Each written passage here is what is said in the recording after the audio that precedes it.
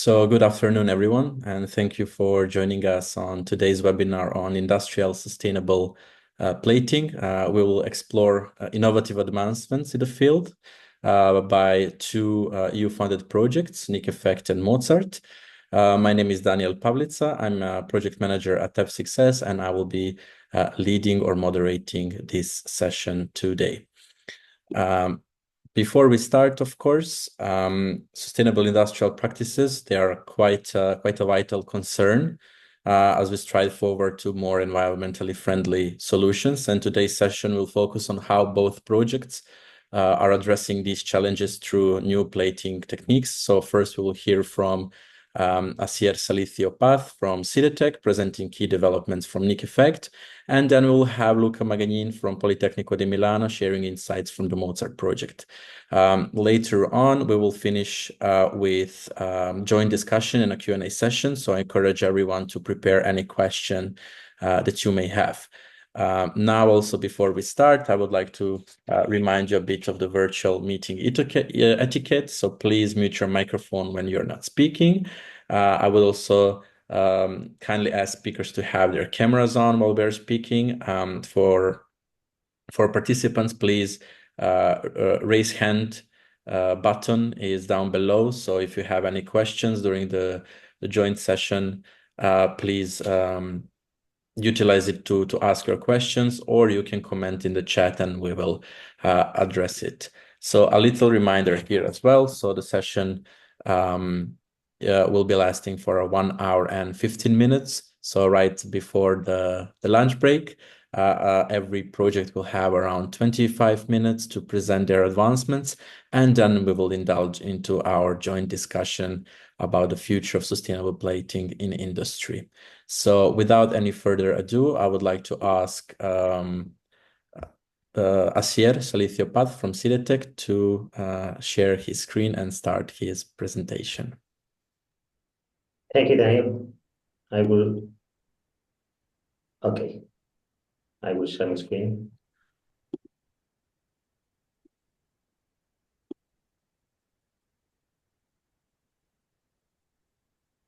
Can you see it? Yes, just, yeah. Again.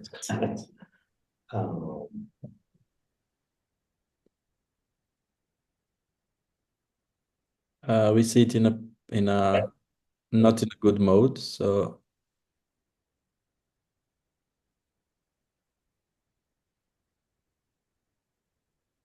Now I think we got it. Oh, it's fine. Now it's perfect. Okay. It's your time. Okay, thank you very much, Daniel. Good morning, everyone. I'm Asier Salicio, researcher at CIDETEC. I'm here today to talk about the challenges for the scaling up of electrochemical process in the framework of the NICKEFFECT project. In this project, we are developing innovative solutions by means of different processes involving chemical and electrochemical deposition, covering from the lab scale and also the scaling up of this technology. And we wanted to also have a clear focus on the sustainability of the scaling up process in order to have a more efficient deployment of the technologies. But before I have presented myself, let me present a little bit my institution. CIDETEC is a technological complex which is located in the north of Spain, in the Basque Country, in the city of San Sebastian, a beautiful place which is worth visiting. As you maybe it's a little bit small, the picture on the right side of the screen, but it's a beautiful place to visit. Just to put some numbers about our activity on the year 2023, we have around 12 millions of total turnover. At that time, we were 260 people working at CIDETEC. By the end of this year, I think we will be close to 300. We are participating on 89 European projects, coordinating some of them. And also because of the commitment of CIDETEC on continuing on the boundaries of excellence in science, we have almost 54% of PhD on the staff, and also based on the different activities in which Theatech has been participating, we have also created 8 spin-offs. These are some numbers for Theatech as a whole, but Theatech is formed by 3 different research institutions with dedicated facilities and yeah, basically dedicated facilities specific for their activities. On one hand, we have Theatech Energy Storage, which are focused on the development of innovative batteries and the transfer to the industry. Also, we have Theatech Nanomedicine, which is working on the area of medicine solutions. And then on this colorful building on the left-hand side of the image is Theatech Surface Engineering, which is the institute to which I belong, in which we work developing innovative surface treatment for a wide variety of industrial sectors, including automotive, energy, aeronautics, among others. We have 4,000 square meters of facilities in which we have not only our labs, but also a lot of different pilot plants in which we carry out the scaling up of the processes that we develop, and also all the supporting facilities such as characterization labs, which support our activity regularly. Also, I wanted to mention that Theatech Surface Engineering is the project coordinator of NICKEFFECT, which is being coordinated by my colleague Aliona Nicolenko. So after this initial presentation, let's put a little bit of context into the NICKEFFECT project.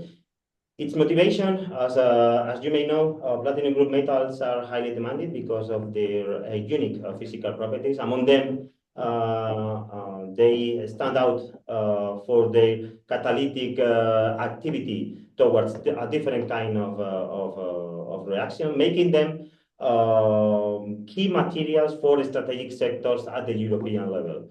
For example, in the renewable energy sector, electric mobility, and digital technologies. Here on the right side, on the pictures, you can see which metals belong to these platinum group metals.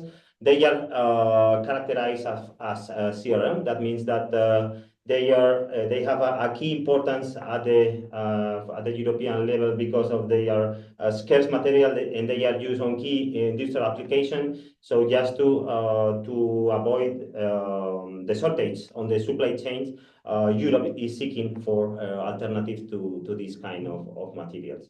In this framework, NICKEFFECT is aiming to develop PGM-free catalytic materials for water electrolysis as one of their use cases. Also, as a catalytic material for fuel cells, and finally, as a coating material for local consumption digital storage device. Also, as I mentioned at the beginning of the talk, the NICKEFFECT project covers the full value chains of the development, starting from the lab scale development of the technology and the upscaling close to the industrial scale. And also, as I mentioned, with a clear focus on the sustainability of the process involved in the development of these kind of technologies. Going a little bit into the activities that we usually carry out on the development of technologies, we usually start at the lab scale, where we work usually with small volumes. We can go from very few milliliters up to 1, 5, 10 liters maximum, but in a scale which is easy to handle. We usually use a single electrolyte. That means that most of the time we don't care very much about the maintenance, so we are just focusing on the development of a coating or a surface treatment. So we don't care very much about the maintenance of the electrolyte.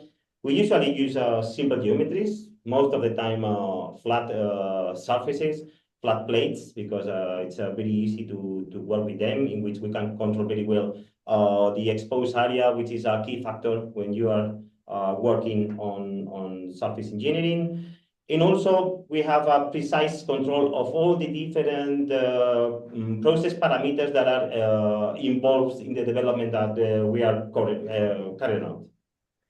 And not always, but cost is usually not an issue because we are working with small volumes with a low concentration of chemicals, so we usually don't need to pay attention on these issues.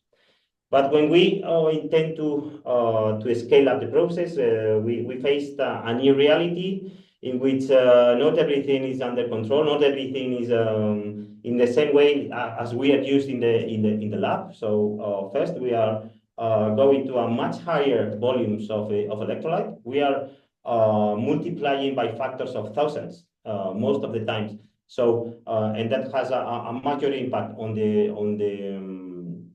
definition of the working conditions. We also, because of this, because of the big amount of electrolyte, we cannot just remove the electrolyte. It's fine? Yes. We don't need to replace the electrolyte, so we have to control. We can control on different ways. We can control on external labs. We can put dedicated equipments that can control and monitor the electrolyte, but it's something that it's not usually carried out at the lab scale. Because also of this scale, we start to treat complex geometry. That means real components with a very complex geometry with inner diameters in which you also have to provide the surface treatment in which is not all the times easy to reach. Also, we have a very much larger areas than at the lab scale for sure, and most of the time it's not possible to have a precise control of all the different process that governs the electrochemical process that are required for the application of this treatment. And at the industrial level, for sure, cost is important and a must to consider. So as I mentioned, when we work at the lab scale, we can act on all the different kinematic and thermodynamics that are involved in the electrochemical reactions that take place during the development of this surface treatment. We can act on the different stages of the process and having a tight control of any parameter which is involved in the application of the surface treatment. But most of the time, this is not the case when we go to the plant level, even though the electrochemical process is governed by the same mechanism. You cannot directly act in such a tight way like when you are in the lab scale. Apart from that, we have to start to take an eye or to put an eye on things that we don't usually consider on the lab scale. We have to start to care about the electrolyte itself. So we have to analyze and to replenish the chemistry in order to be on a safe position to provide an even surface treatment regardless of the time. We start to have different peripheric elements that we didn't consider on the lab scale. We may have a filtering system.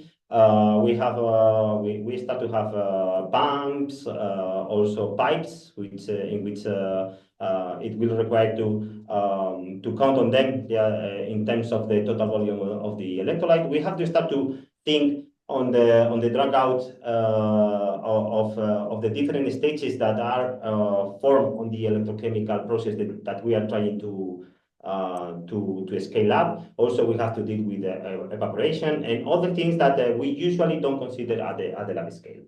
Also, we have some current related issues. For example, the anode cathode distance play a major role, especially if we think on, for example, the application of decorative coatings. We need to precisely define this distance in order to have the desired outcomes. Also, the different sulfate that we are treating during the process, and the drug design, which by means of it we provide the contact on the pieces that we want to try to treat, and and it's a very important feature. Then we have agitation, temperature distribution, which is it's not an easy task for if you think on heating a 1,000-liter tank. It's not an easy tank to have an homogeneous distribution of the temperature. And finally, the surface conditions, because at the industrial level, the pieces that we have to treat, they usually come from previous processes with different kind of dirtiness that we have to remove from the surface, so increasing the number of steps that are required for the application of the surface treatment. So this is because of this, even mature innovative surface treatment face barriers for the implementation, or even those that are already implemented on the industrial scale face problems because of this wide variety of variables that are playing taking a role. So the scaling up of the electrochemical surface treatment is facing different challenges. On one hand, we are going towards electrolytes with a lower environmental impact. So we have different revolutions in place, like rates. We need our electrolytes to be CRM free, to use green chemicals. This increase the complexity of the electrolyte, also makes the control more difficult, and most of them include additional steps for the application of the surface treatment. Also, we have to keep an eye on the energy efficiency of the processes.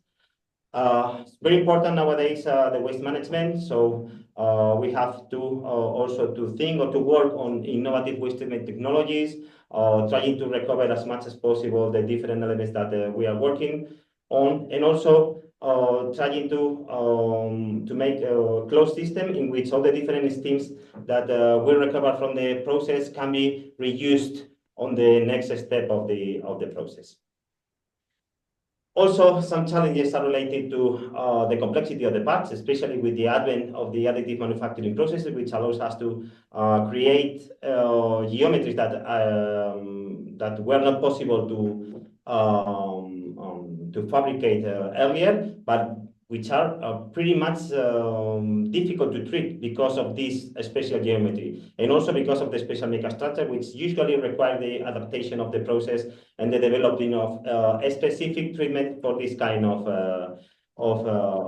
material. This is the case of the material that we are developing on the NICKEFFECT project.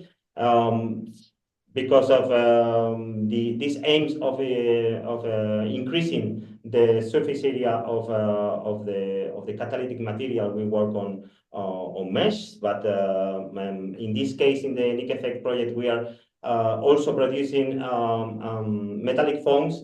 But in this case, they are more complex because their core is not metallic. That means that they need a special preparation to become them electrically conductive in order to be able to deposit different kind of materials on top of this. And we have done this on foams and also on fabrics.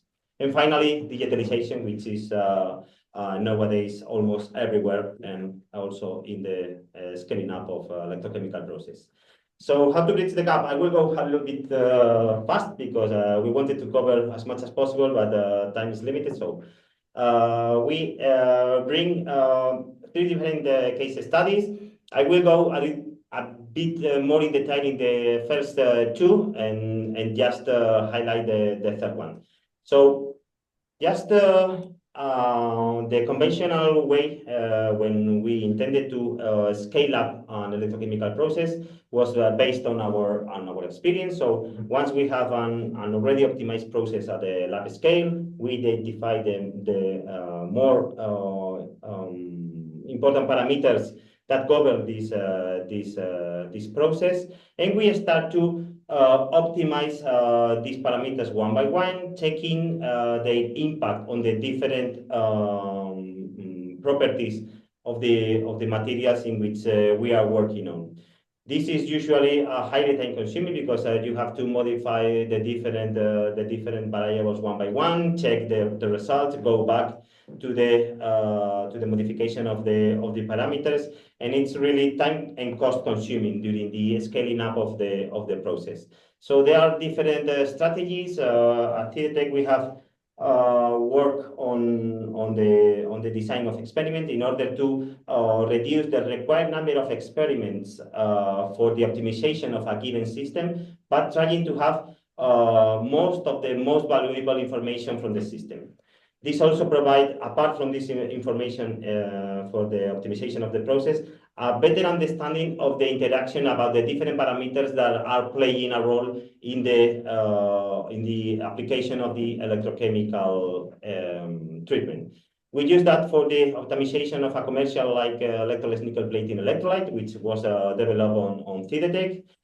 We may think on the design of experiment as a black box, in which you fed the system with the different variables that you want to test, and you will have as an outcome the optimized feature that you are seeking. In this case, we use the Taguchi approach, which is a special case of the design of experiments. It's a simplified approach for the optimization of processes.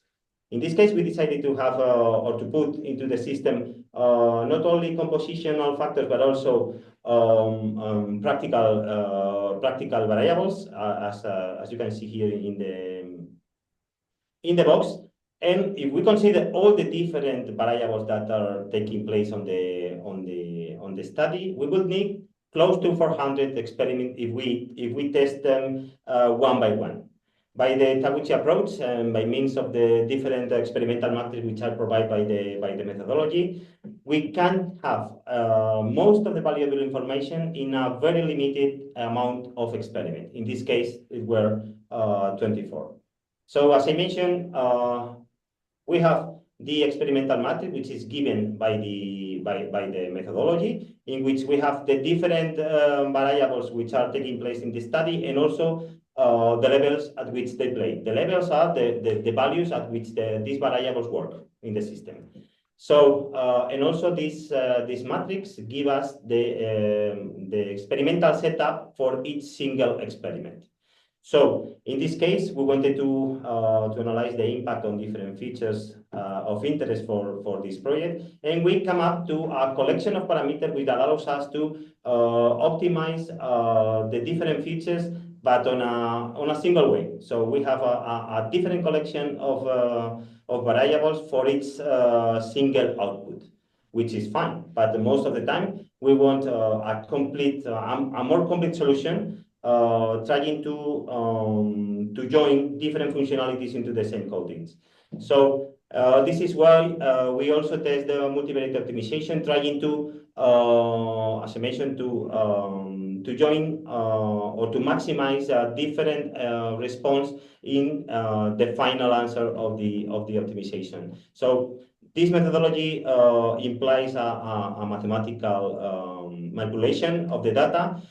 But more importantly, just after this mathematical transformation, you have to decide the weight that you want for each separate output, and it will be considered on the final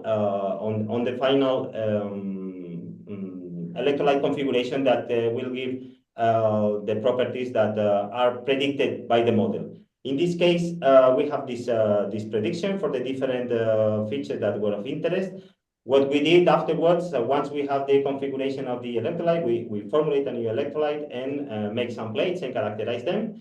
And after the experimental validation, as you may see in the table, we obtain a pretty good fit of the experimental data and the prediction of the model. So in this case, we increase the sustainability of the optimization of the process by means of the reduction on the number of experiments needed for reaching this optimized answer. We also work on another optimization approach, which is the dimensionless analysis. In this case, it works by means of similarity criteria. This is really focused on the scaling up of processes. In this methodology, we use a variety of dimensional parameters which describe different features of the system and try to go con la cosa de me rocé con la furgoneta Sorry, blanca. someone is Más coño, que me voy, hago así con la talking. puerta y me cerrás en toda la pierna. If you can mute, okay. So, as I was mentioning, you have the different dimensions characteristic that define different features of the system. And the idea then is to use a design of experiment approach in order to optimize the process.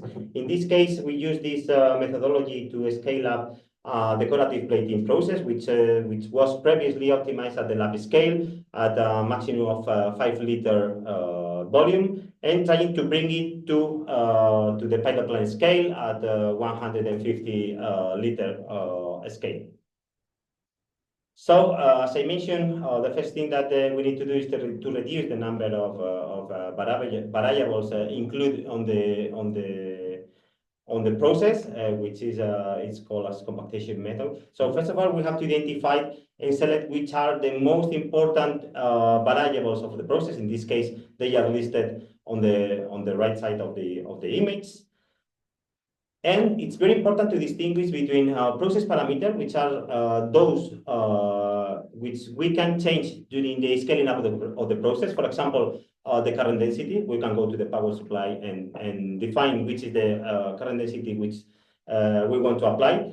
And then we have the scale parameters that are those that are given by the scale or the plant you are going to. So for example, as is highlighted here, the anode cathode distance, it's a scale parameter because it is given by the tank in which we are going to perform the scaling up of the process. And then we have to define the similarities that we have between the lab scale and the scaling up. In this case, the only similarity that we have was the path composition because we use the same electrolyte, but there was not geometrical composition, kinematic similarity. None of them were present in the scaling up process.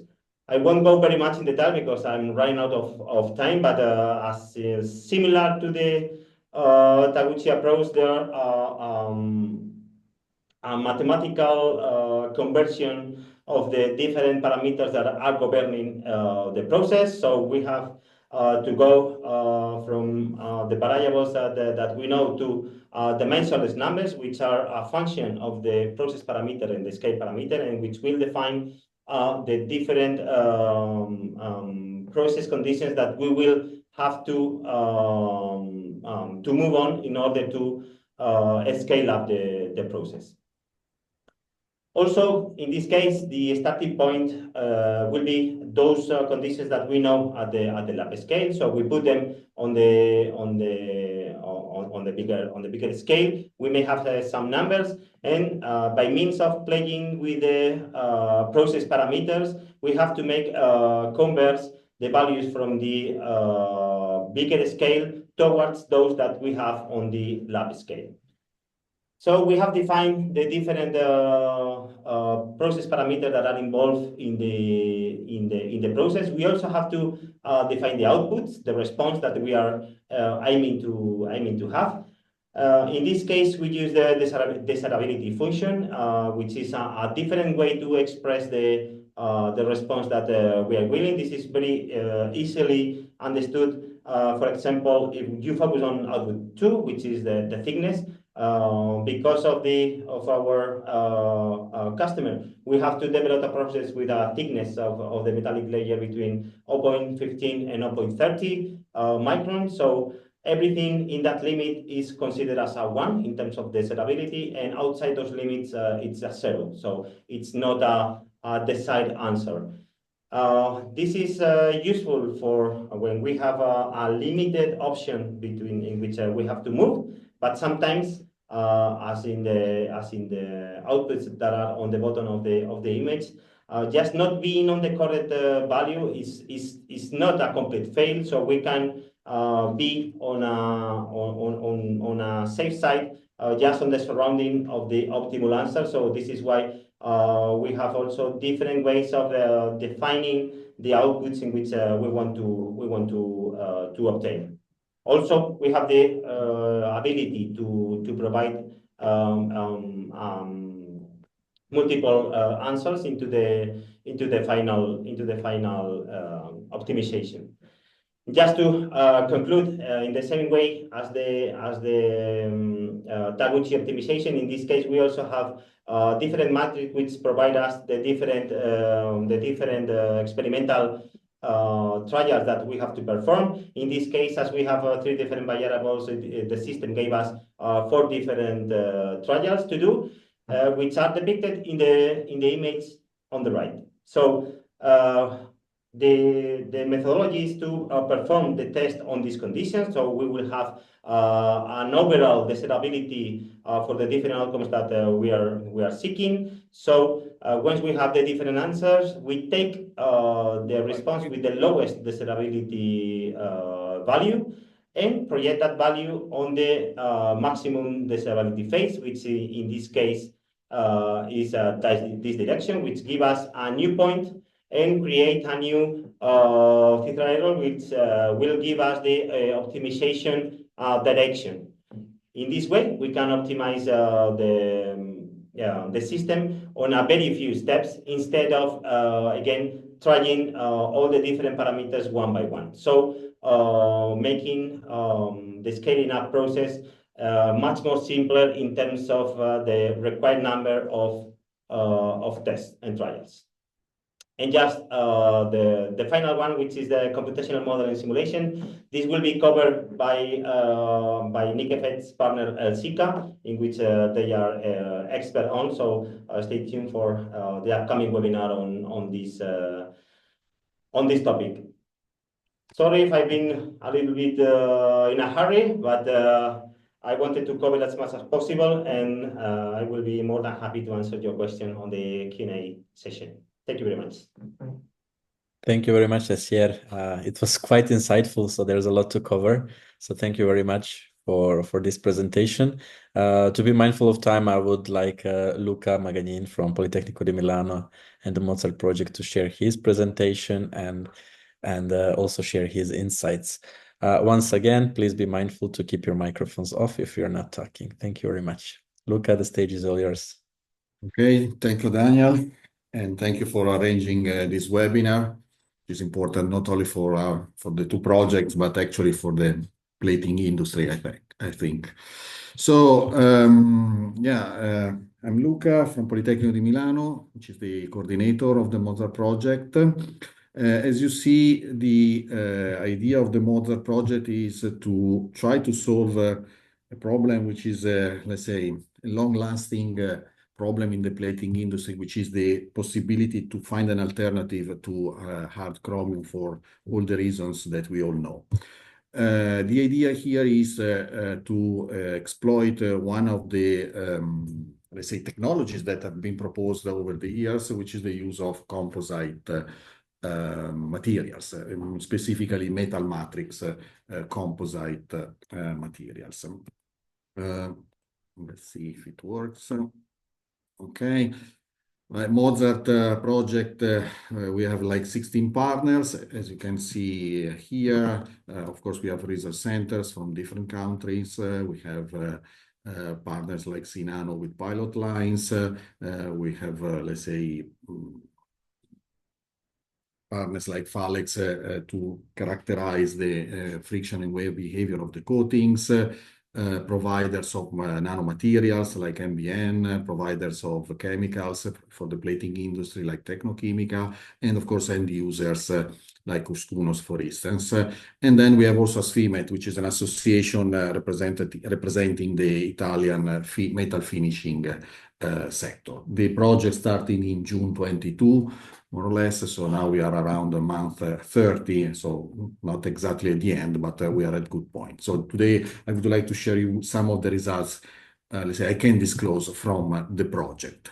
As I said, the idea is to exploit the composite plating technology. You see here an example, a general example. Is not from the project, where you see the substrate, in this case is a brass substrate, and then you see a thick layer.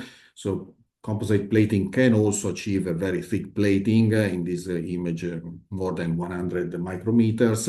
And you see the gray, let's say, layer, which is also characterized by some dots, black dots. Those are the particles which are co-deposited. So composite plating in the form of electroplating or electroless plating is, let's say, a known process. The idea of the MOZART project is to exploit electroplating of metal matrix composite with the idea of the co-depositing, let's say, nanoparticles. Nanoparticles in this case means something with, let's say, particles in the range of 70, 100 nanometers. This is, let's say, in any case, below 100 nanometers. This is the reason for this is that, let's say, we at least some partners in the project, and so from previous European project, got the experience about the use of composite and different size of particles. And so this, the range I mentioned seems to be the best one for the properties that you can achieve, but also we have to keep in mind the, let's say, use of these particles in an industrial environment, so preserving the safety of the operators and all the operation that can be done in the premises of the company. The idea of composite, of course, comes from the possibility to combine the properties of the particles with the properties of the metal matrix, trying to achieve something in between and something that can in some way mimic or achieve the properties of a hard chromium layer. In the project, in the MOZART project, we mainly focus on ceramic particles, so very hard particles, in order to achieve very high wear resistance, so improving the hardness of the coating, together with also some particles that can provide, let's say, a sort of lubricating behavior. And so we typically exploit 2D materials like sulfides, for instance, so molybdenum or tungsten disulfides. From previous project, we already proved the possibility to use composite plating as a real alternative to hard chromium. Here is an example of bumpers for cars, where they are typically chromium plated because we want hardness, we want wear resistance, we want friction behavior, especially combining with lubricants. And here in the image below, you see the example of the composites.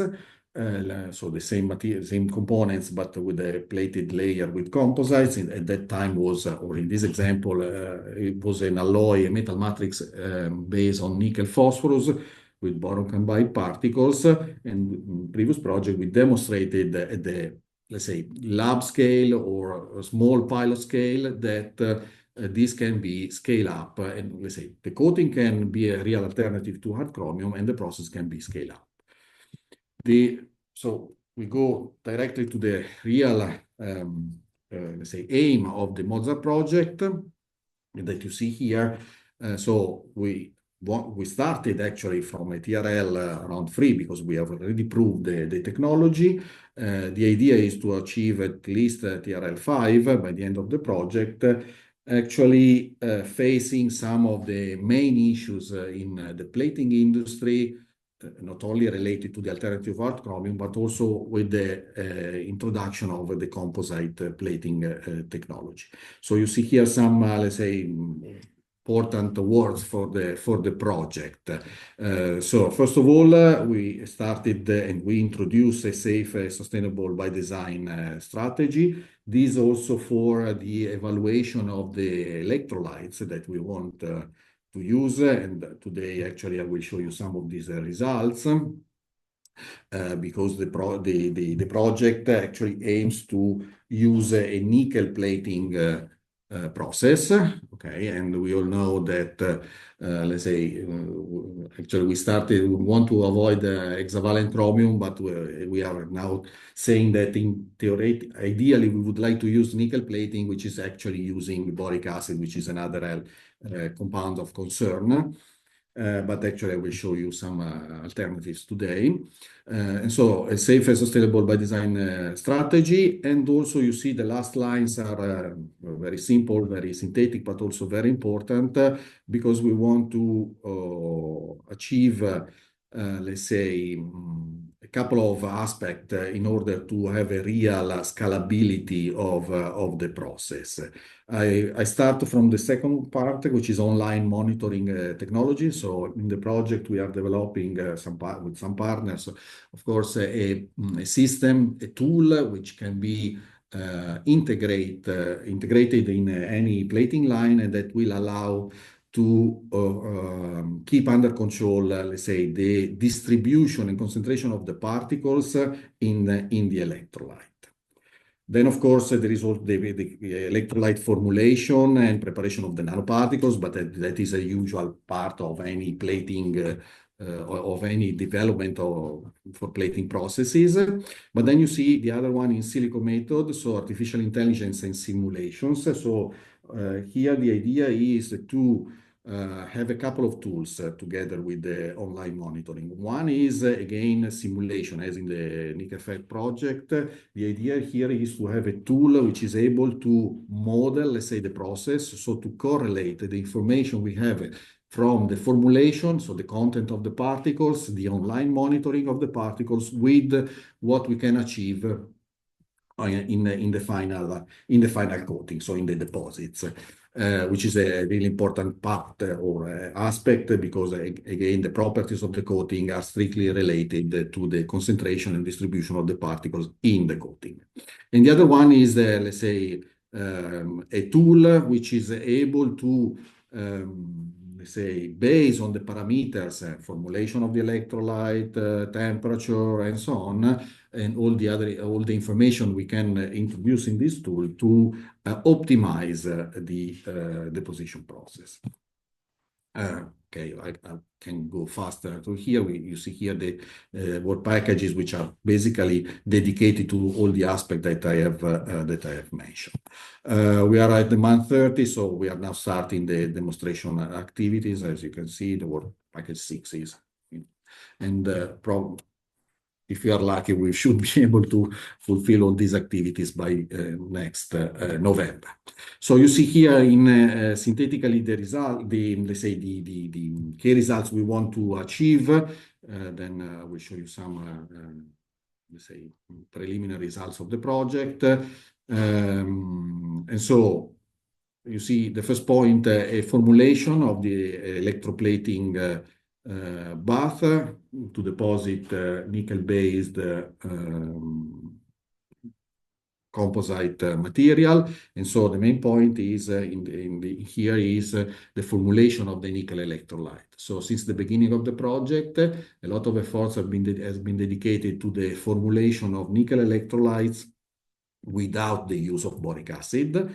And again, trying to achieve, which is another long story for the plating industry. And this formulation, we are now demonstrating, or we have already demonstrated actually, that they can provide nickel coatings without particles, for instance, with the same properties of coatings obtained from boric acid-based formulation. Then we have pilot lines for the production of the demonstrators. Demonstrators can go from some aeronautical components to some, let's say, molds and so on, where wear resistance, for instance, is fundamental. The pilot lines are not only important for the preparation of demonstrators, but also for the let's say, validation of all the other tools that I mentioned and that we are developing in this project. So monitoring, all the decision supporting tools, and all the other aspects that I mentioned. Some results. We have still a few minutes. Okay, so maybe are too detailed, these results, but for those are, let's say, in some way or knows the plating industry, you can find here some plots where we compare the results from a solution that you based on boric acid, so a nickel plating solution containing boric acid, with the one that we develop, one of the say formulation that has been developed in the process in the MOZART project that we call astronickel. And so you see here that basically as a function of the current density, we can achieve the same behavior in terms of plating rate in the same, let's say, pH and temperature condition. Also from the growing rate, similar behavior of a typical industrial plating electrolyte that you can purchase from many suppliers, and also for the same for the cathodic efficiency. So from the, let's say, operational point of view, the two electrolytes, so with boric acid and without boric acid, basically perform in the same way.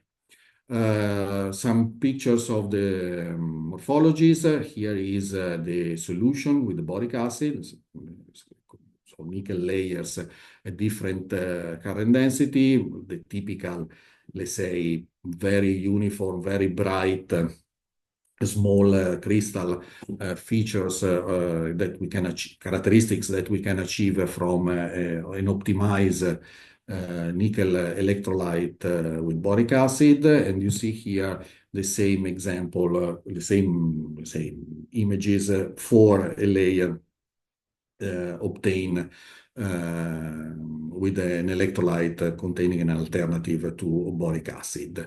You see that again, the features are practically the same. Maybe at a high current density, you see here maybe some, let's say, a slightly larger number of features at the surface, but for sure, up to reasonable current density, you see that actually let's say the uniformity and the flatness of the surfaces, the roughness is maintained, is achieved. The roughness is also confirmed here. So we are, let's say, in both cases, maintaining very low values of roughness, well below the typical request by the plating industry. In terms of hardness,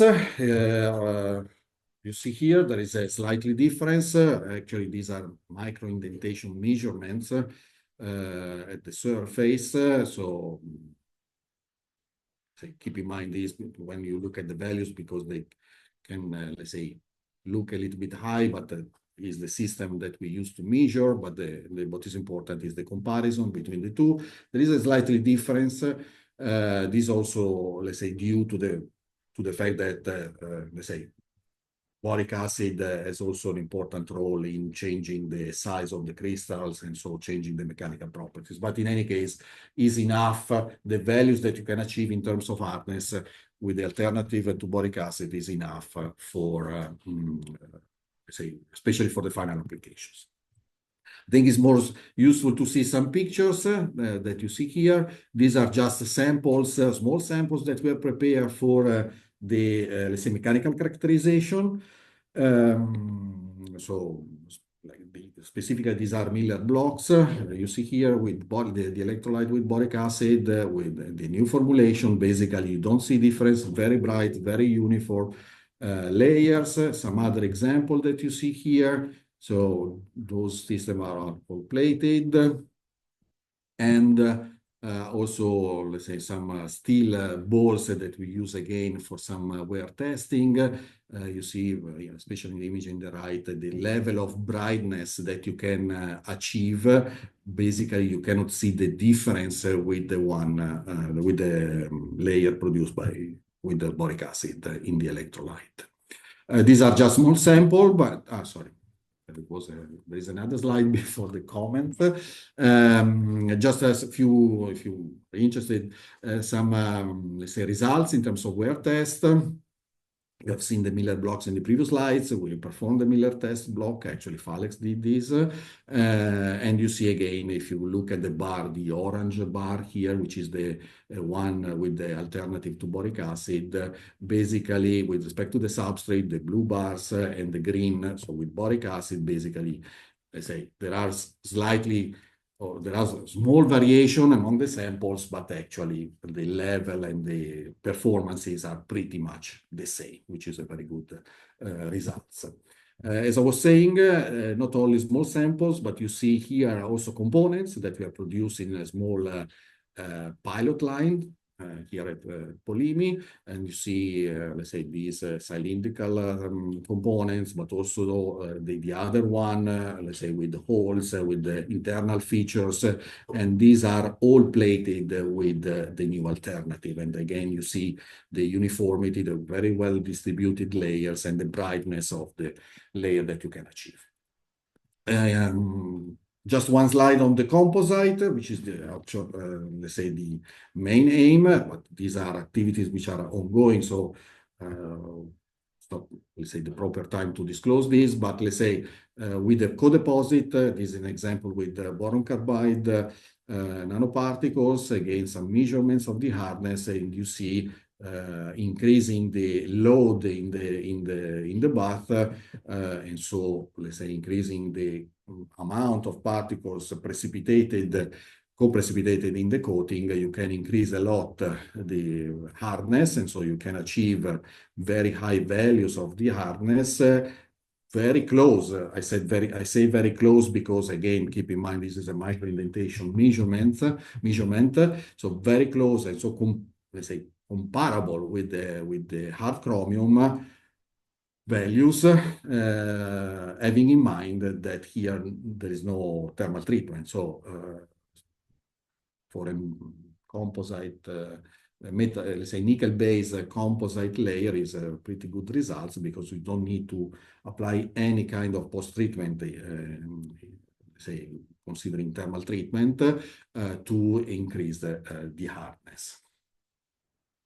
Just to come to the conclusion, let's say the MOZART project, as I said, the main aim is to find and to implement at the industrial scale with all the tools requested to maintain, to keep under control the process, the composite plating as a real alternative to hard chromium.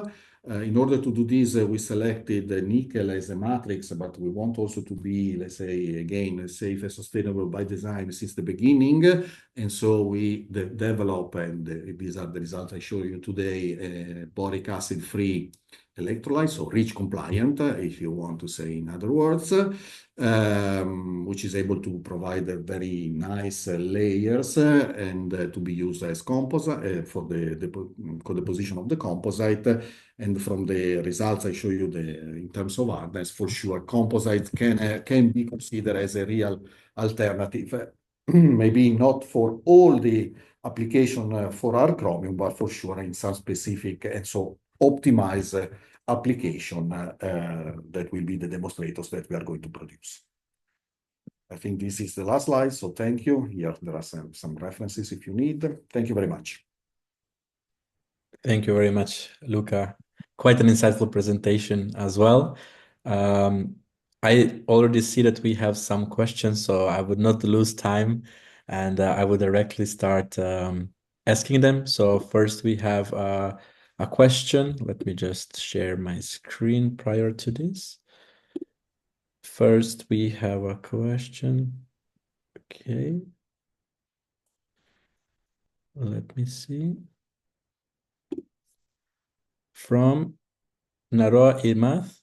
So regarding the DOE for optimization, can the simplex method be applied with an unlimited number of variables? I think that one is for me. So in theory, it's not limited to the number of variables involved. But as I tried to show during the presentation, it also involves a graphical description of the points that are given by the optimization. So if you remember with the 4 experiment that I saw, we already have a tetrahedron, which is already a 3-dimensional figure. So if we increase the dimensions, so if we increase the number of variables, that will be also increase the dimension of the figure that we will have during the optimization process, and it's very difficult to find the physical meaning of this kind of multidimensional figures. Thank you, Asier. Noro, I hope that answers your question. Should you have a follow-up, feel free to raise your hand or write it in the chat. We have a question to Professor Maganin from Eva Pellicer. So, did you face problems regarding the adhesion of the MMC coatings to the steel substrate? Okay. Say at the moment in the preparation of the demonstrators and say components we need for testing, we use let's say standard steel or common steel. So basically, the answer is here is that using or in some cases optimizing the preparation steps of the surfaces prior to the electroplating of the nickel layer and of the composite, we didn't observe any failure in terms of adhesion. We know for sure that when we go with, let's say, some other kind of steels, more complex steel, there are issues related to these. In the past, let's say, we have always solved the problem, let's say, tailoring the preparation of the surfaces before plating. So the final answer is typically not, let's say. We didn't observe any problem. Thank you, Luca. I also think that clears Eva's question. Do we have any more questions from our participants? Feel free to raise your hand, write it down. Sorry, Daniel, maybe if I can take 10 seconds to integrate the answer, because thank you, Eva, for the questions. Let's say one aspect for sure, which is, let's say, critical when you do composite, is the accumulation of the particles at the surface when you start the plating process. And that can be very detrimental for adhesion. And so this is something that, of course, we want to avoid. And we try to avoid, on one side, looking at the formulation. But again, here we don't want to use many surfactants in the formulation, just to simplify all the process, let's say. And on the other side, we look at the, let's say, setup, the tank, and how the solution is maintained in the tank, together with the level of dispersion of the particles. And so with all these aspects, we are also able to avoid this behavior at the beginning of the process. Thank you very much, Luca, for elaborating. Speaking of elaborating, I do have one question for both. You briefly covered it, but if you could just maybe reiterate and elaborate more. So what has been the biggest technical challenge that you faced while developing these solutions? So perhaps, Asier, if you would like to start.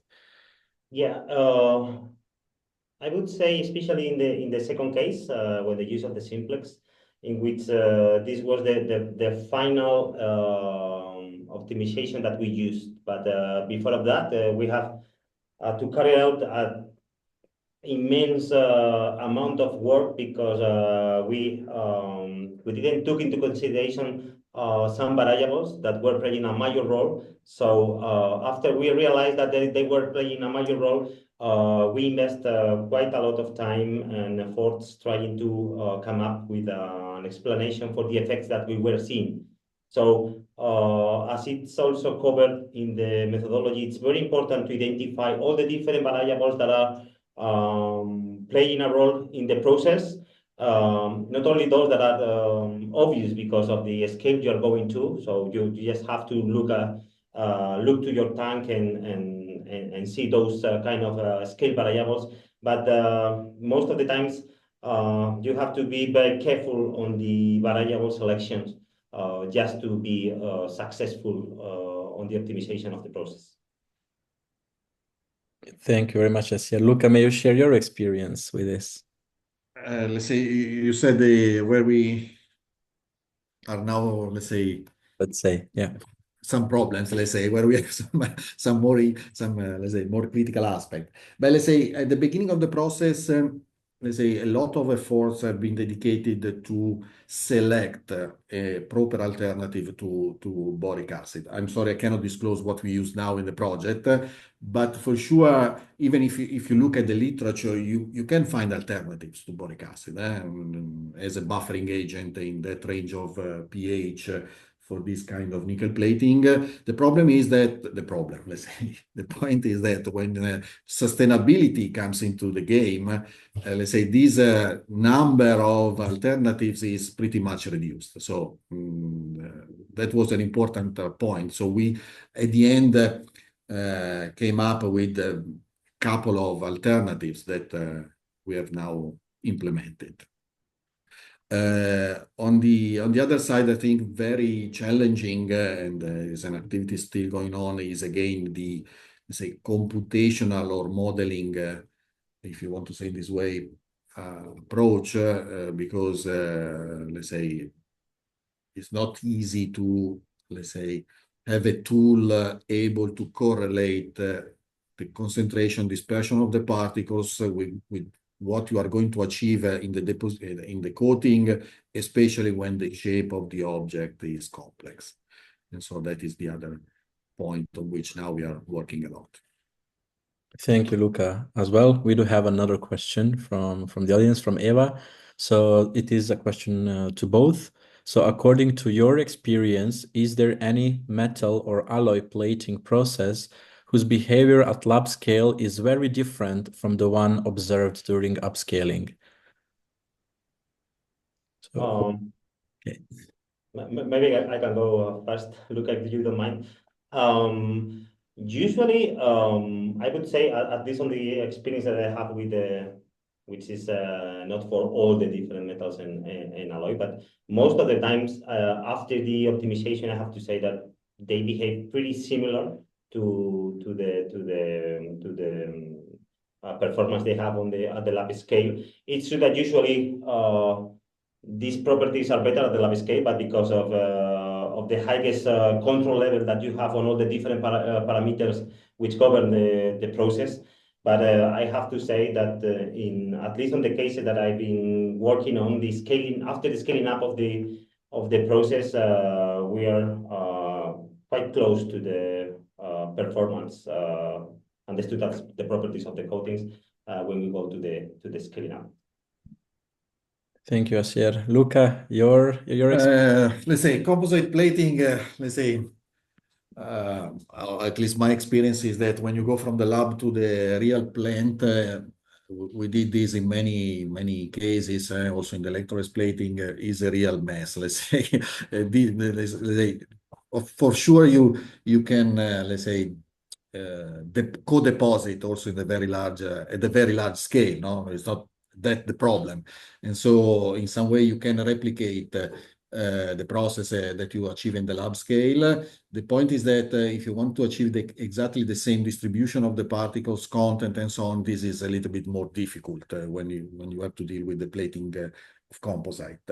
And so that's why in the project we are developing tools to maintain dispersed the particles during the plating, then the modeling, and so all these aspects which are for sure needed for the scaling up of the composite plating that you can do in a beaker, let's say.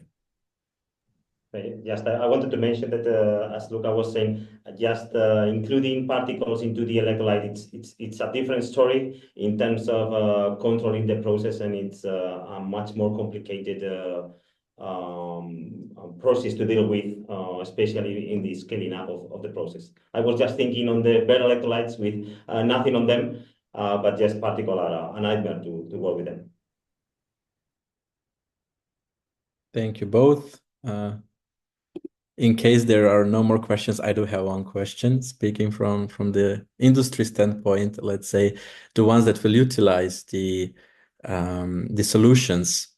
Can you give us some insights on how our innovations that we developed are reducing costs for industries? I think this is really important to cover as well when we spread the message around about our successful innovations. So maybe who would like to start? Myself, for example. Yeah, If please, you Joseph. think on the development proposed on the NICKEFFECT project, I mean to look for alternatives to platinum group metals, but mainly platinum. Just finding alternatives using much more affordable materials from linear electrolyte, it already provides a major gain in terms of the sustainability of the future products that we will have on the market in the coming years. So I think it's a major impact to develop this kind of processes with let's say regular materials, but with a very advanced application in key industrial sectors of our economy. Thank you, Asier. Luca, your experience? Let's say my general experience is that any innovation you bring here in the plating industry is more expensive, let's say. I don't want to be so dramatic, let's say, but if I look at the MOZART process, we have to be honest, we are using particles. Nickel is, according to the year, very expensive and so on. And so in terms of cost, I do not expect, let's say, to have let's say, less impact or economic impact of the process with respect to chromium. Let's say, on looking at the MOZART project, I say this, let's say, try not to, let's say, disagree too much with the platers. I'm, of course, in their favor of them. But unfortunately, the legislation sooner or later will define a position regarding the use of hexavalent chromium. And of course, from the alternatives, this is an advantage, even not competitive from the economical point of view.